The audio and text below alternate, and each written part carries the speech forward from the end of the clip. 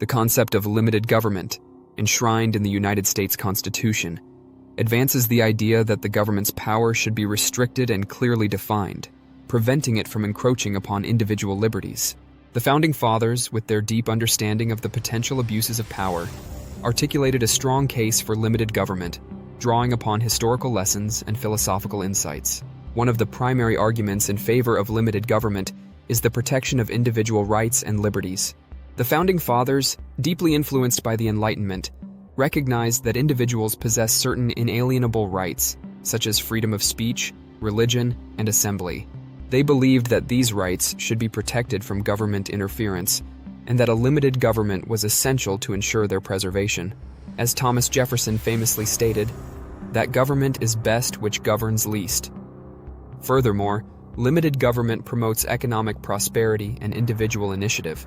When government regulations are excessive, they can stifle economic growth and innovation. By limiting its role, the government gives way for individuals and businesses to operate with greater freedom, fostering competition and encouraging entrepreneurship. This, in turn, leads to a more dynamic and prosperous economy. The Founding Fathers also emphasized the importance of checks and balances to prevent the government from becoming tyrannical. By dividing power among the three branches of government, the legislative, executive, and judicial, they sought to ensure that no single branch would have absolute authority. This system of checks and balances helps to limit the potential for abuse of power and protects individual liberties. As James Madison, the father of the Constitution, wrote, "The great object of the Constitution is to restrain the government within prescribed bounds." Critics of limited government often argue that it can lead to social inequality and a lack of public services. However, historical evidence suggests that a limited government can actually promote social progress and improve the quality of life. For example, the United States has a long history of economic growth and social mobility, despite its commitment to limited government. Moreover, many essential public services, such as education and infrastructure, can be provided effectively through decentralized mechanisms and private initiatives. Today, the principle of limited government remains a vital component of American democracy. By restricting government power and protecting individual liberties, it promotes economic prosperity, social progress, and the preservation of fundamental rights. President Ronald Reagan said this, "I hope we once again have reminded people that man is not free unless government is limited. There's a clear cause and effect here that is as neat and predictable as a law of physics. As government expands, liberty contracts." The Founding Fathers' vision of a limited government continues to inspire and guide our nation's political discourse.